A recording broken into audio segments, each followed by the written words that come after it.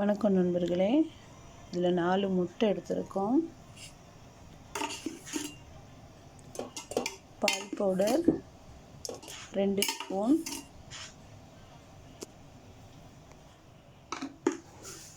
சீனி ஒரு 5 ஸ்பூன் சேர்த்துக்குவோம்.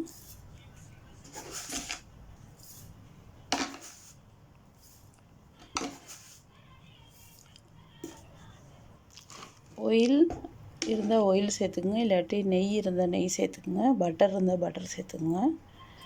அந்த முட்டைக்கு ஒரு 2 முட்டை அளவுக்கு இது சேர்த்துக்கிறணும். இப்போ இது நல்லா மிக்சியில் அடித்து எடுத்துக்குவோம். தண்ணி இந்த கப்பில் ஒரு அரை கப்பு.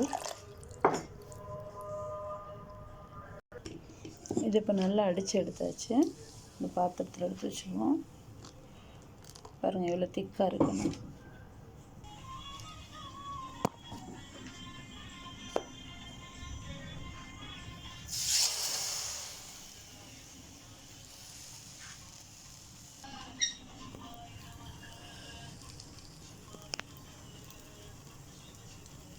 இல்லை தொட்டு தொட்டு எடுத்து இப்படி பொரித்து எடுத்துக்கிறோங்க.